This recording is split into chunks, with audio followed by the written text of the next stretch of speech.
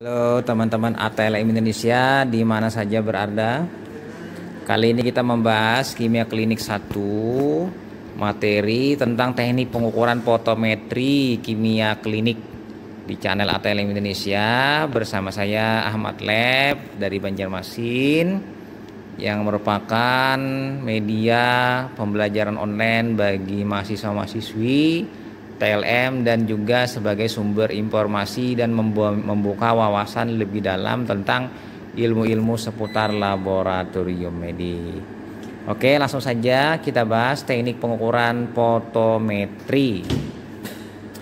Dalam kimia klinik, penggunaan fotometer untuk pengukuran secara fotometri sangat banyak dan hampir semua pemeriksaan kimia klinik kimia darah selalu menggunakan fotometer untuk menentukan kadar suatu zat terlarut dalam serum. Fotometri menggunakan teknik pengukuran menggunakan sinar. Yang diukur adalah penyerapan sinar atau pelemahan sinar yang diberikan akibat interaksi reaksi antara sinar dengan panjang gelombang tertentu dilewatkan pada larutan zat warna yang akan ditentukan kadarnya. Di sini intinya ada suatu larutan zat warna yang dilewati dengan sinar dengan panjang gelombang tertentu, maka akan terjadi penyerapan. Ya, yang saat ini disediakan dengan absorben. Lalu ketahuan nanti kadarnya. Nah, lalu penyerapan di sini biasanya disebut dengan absorpsi dan nilainya berupa absorben dalam angka desimal. Jadi absorpsi penyerapannya nilainya absorben. Antara absorpsi dan transmisi sinar berbanding terbalik. Semakin tinggi absorpsi, maka semakin rendah nilai transmisi sinar yang diterima. Jadi sinar dilepaskan, maka ada yang terhambat. Yang terhambat inilah yang disebut dengan terabsorpsi.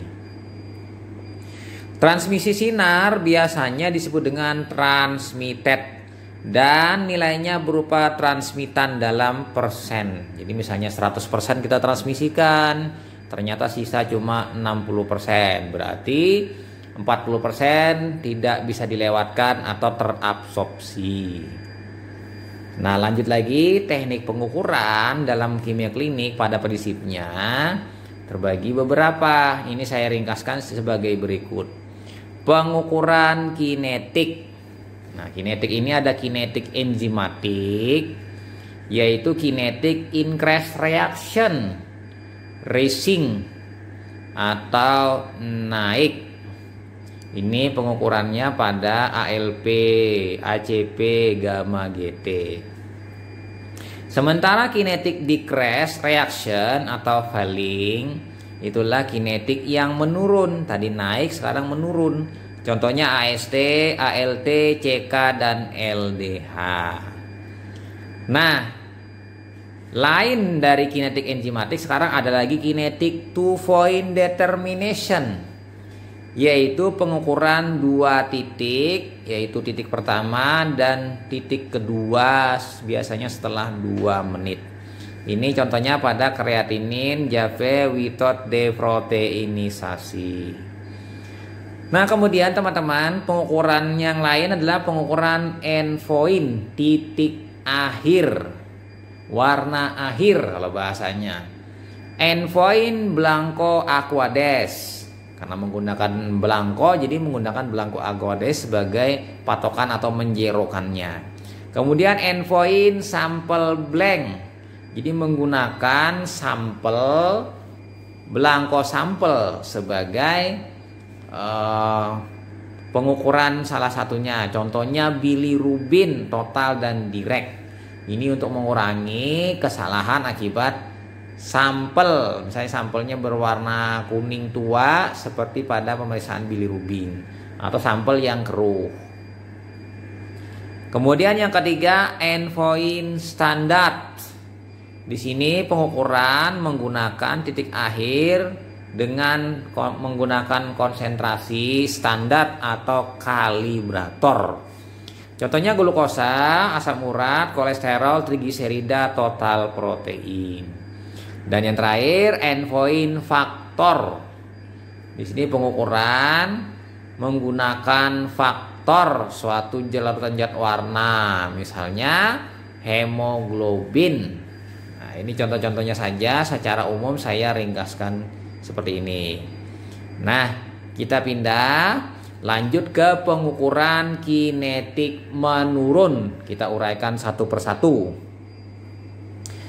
Pengukuran kinetik yang dilakukan untuk penentuan aktivitas enzim, yaitu kecepatan enzim untuk merubah substrat dengan tes UV. Pengukuran secara fotometri aktivitas enzim berdasarkan penurunan absorben per satuan waktu. Pengukuran ini disebut pengukuran 3 titik, yaitu titik awal, titik kemudian titik kedua, dan titik ketiga. Nah, interval waktu dapat 20 detik, yaitu K20 atau kinetik 20, atau K60 yaitu 60 detik. Jadi 2 kali 3 karena 3 titik 60 detik, atau 60 kali 3 180 detik.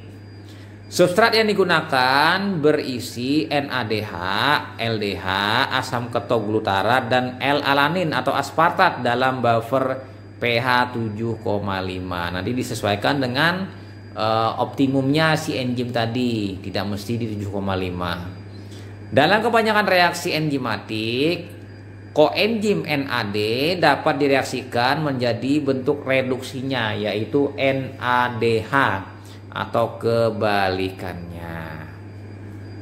Nah, masih di pengukuran kinetik menurun, NADH berlainan dengan NAD+. NADH mempunyai daya tembus yang kecil sekali terhadap sinar UV. Jadi NADH sukar atau sulit ditembus oleh UV, sehingga terabsorpsi tinggi, absorbennya tinggi, ya kan? Nah, 340. Sedangkan NAD+ mudah ditembus oleh sinar UV.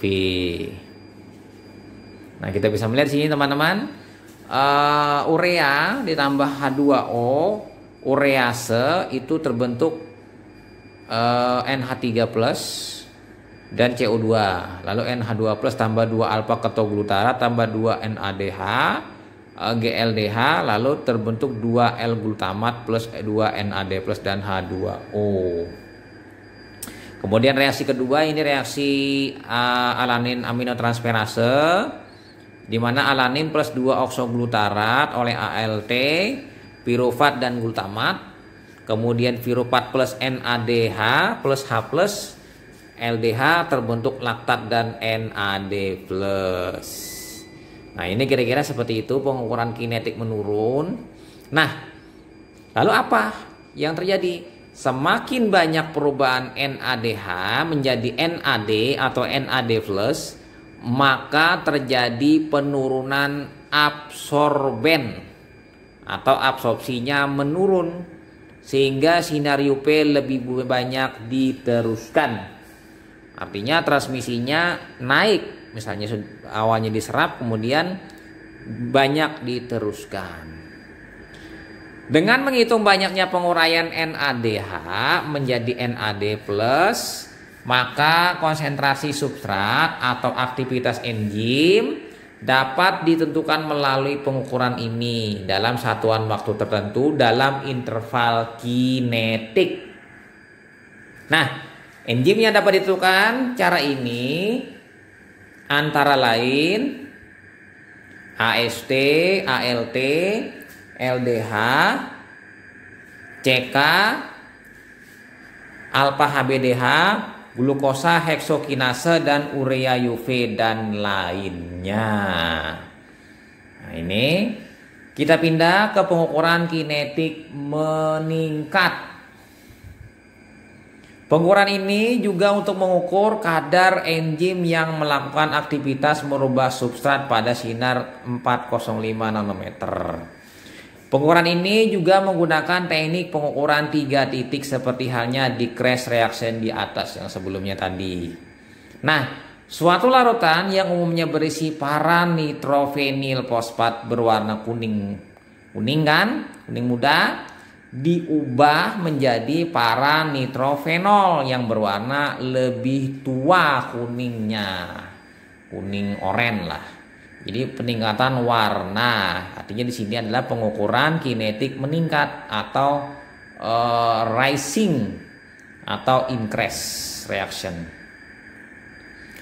Nah, lanjut lagi. Ini contohnya adalah pengukuran kinetik increase reaction alkali fosfatase. Para-nitrofenil fosfat plus H2O kemudian ALP terbentuk fosfat dan para-nitrofenol. Nah, oleh sebab itu pemeriksaan ini disebut increase reaction karena kenaikan absorben warna. Semakin tua warnanya semakin tinggi aktivitas enzim tadi.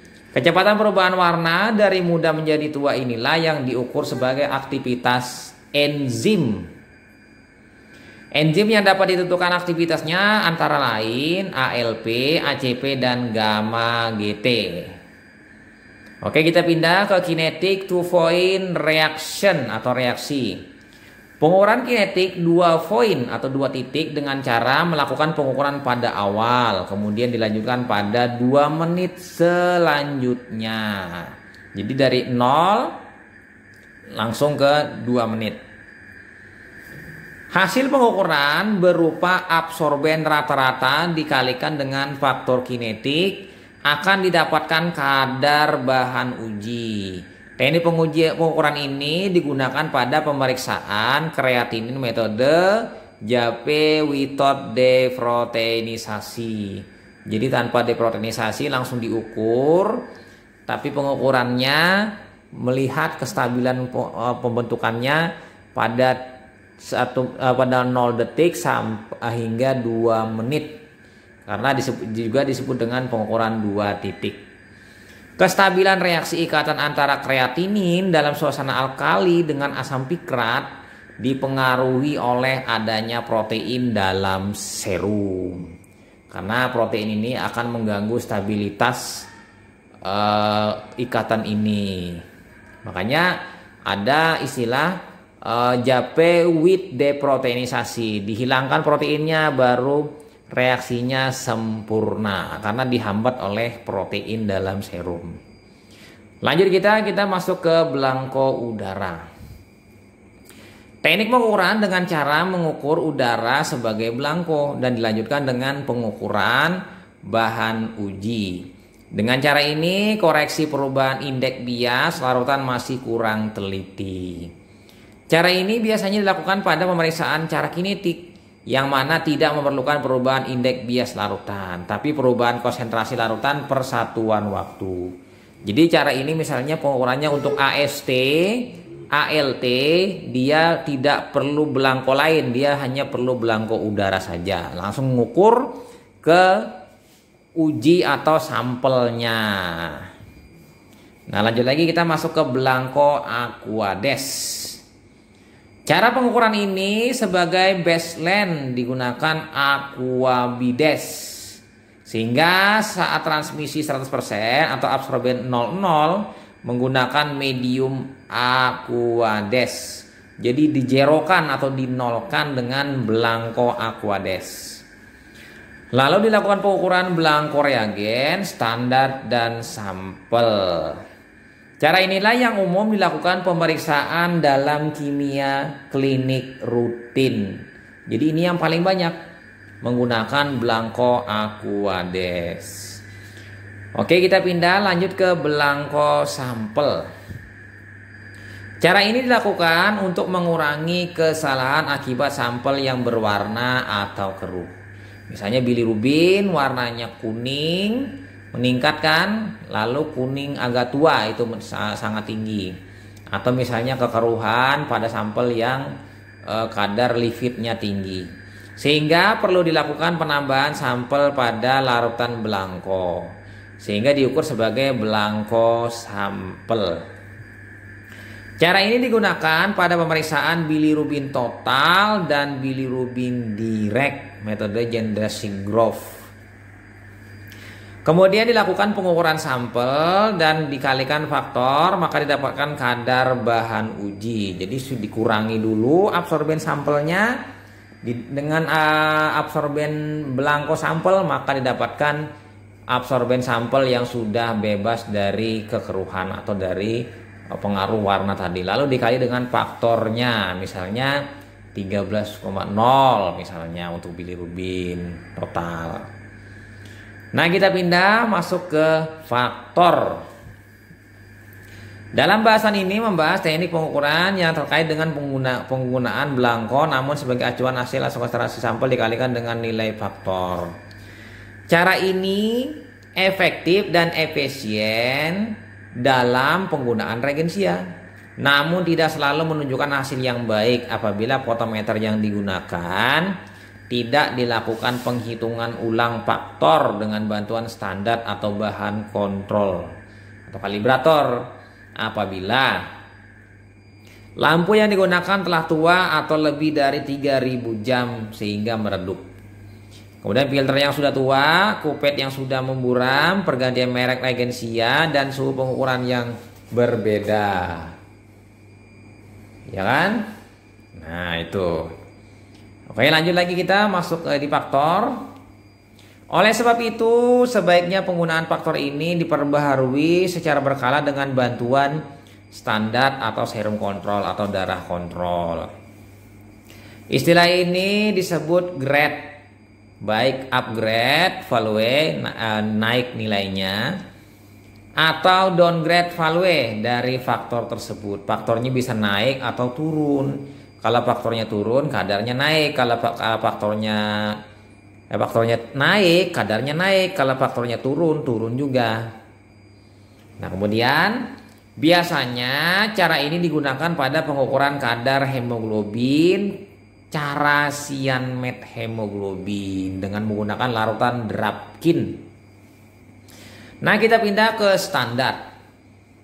Cara pengukuran ini juga terkait dengan pengukuran belangko, namun sebagai acuan hasil atau konsentrasi sampel berdasarkan hasil perkalian silang absorben sampel dengan konsentrasi standar dibagi dengan absorben standar.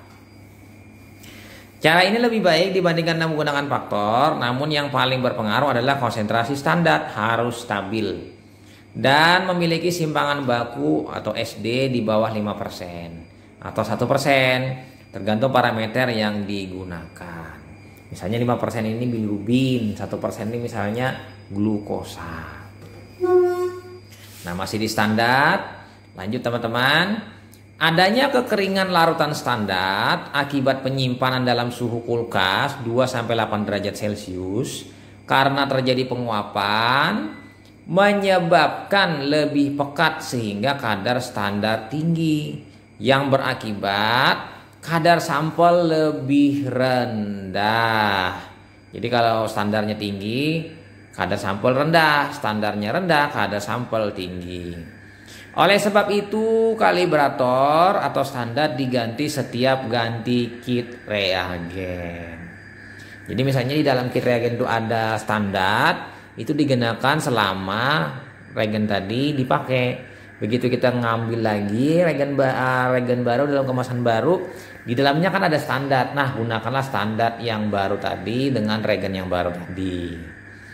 Usaha untuk mengkoreksi dengan bantuan serum kontrol ketelitian dan ketepatan.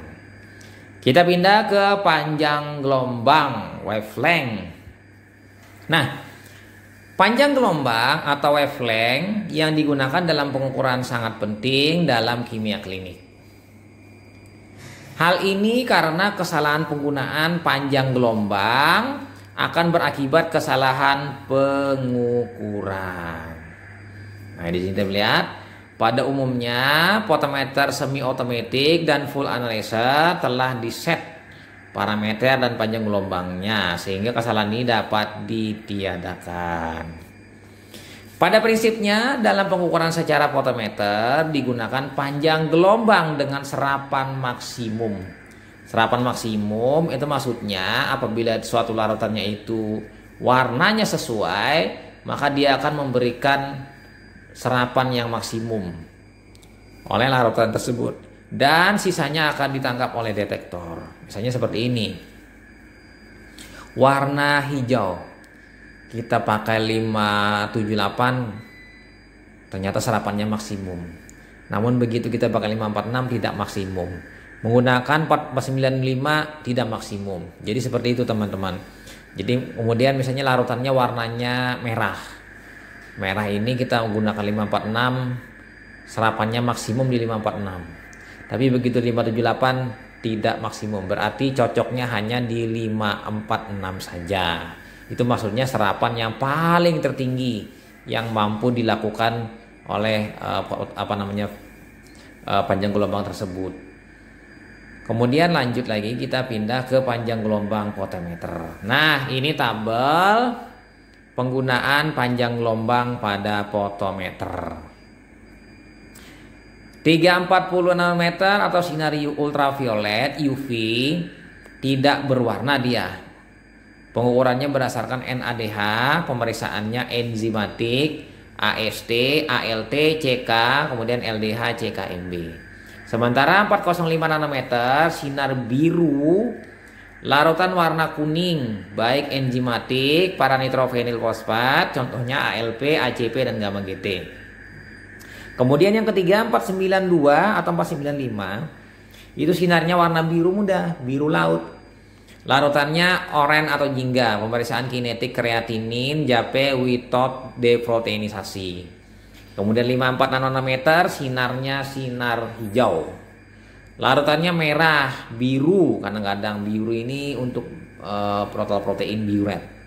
Pengukuran teknik endpoint sampel, contohnya glukosa, kolesterol, total protein, asam urat dan kreatinin deproteinisasi.